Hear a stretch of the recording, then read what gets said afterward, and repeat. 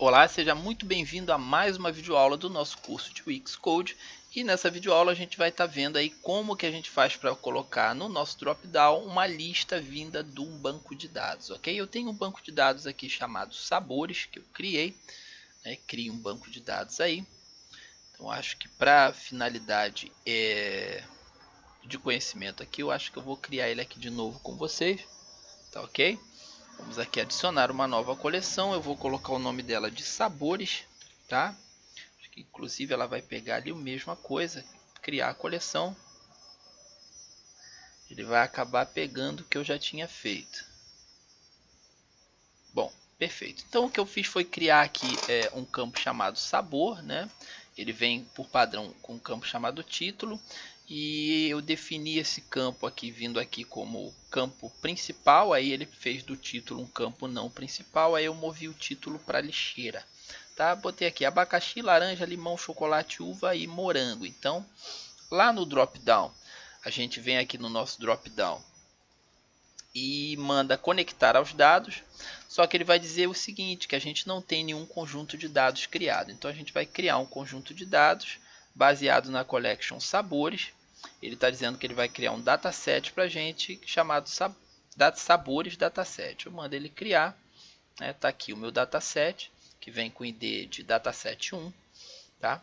Agora a gente está conectado a ele. Eu vou dizer para conectar a lista de itens do dropdown ao dataset Sabores Dataset, e a lista de valores a gente vai conectar aqui no minha coluna Sabor. Tá? Ele ainda mostra ali para a gente a coluna ID, porque a coluna ID ela existe, mas ela não aparece. Ó, campos visíveis, eu boto aqui ID, ela está aqui.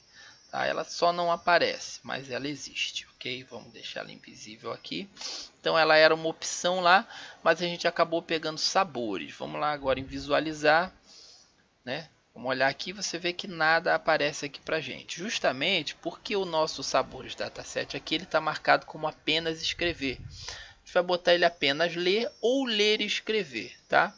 Ler e escrever, e com isso a gente consegue estar aqui a nossa lista. Abacaxi, tá? Já passando valores para lá, uva, né? Porque nesse caso o valor e o label passam a ser a mesma coisa, tá? Acho que a única dificuldade que a gente tem aqui é que a gente não consegue, por exemplo, botar o rótulo novamente, ó, porque a lista está aqui, mas o rótulo já não existe, tá?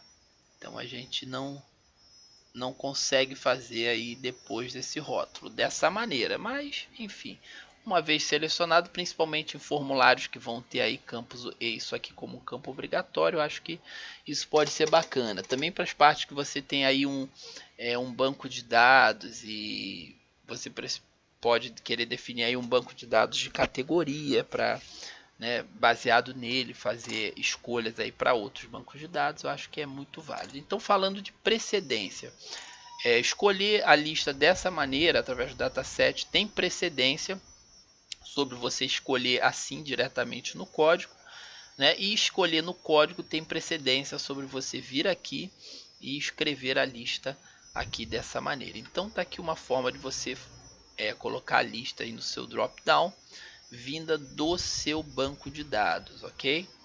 Então, morto aí essa situação. É claro que você também poderia fazer a leitura do banco de dados e criar um array, né?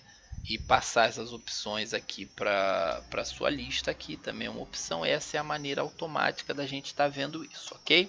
Então eu vou ficando por aqui, espero que você tenha feito bom proveito da aula. Me perdoem porque na aula anterior aí houve um corte abrupto, né? Porque houve um erro aqui e eu tive que fazer essa correção. Então espero você na próxima aula.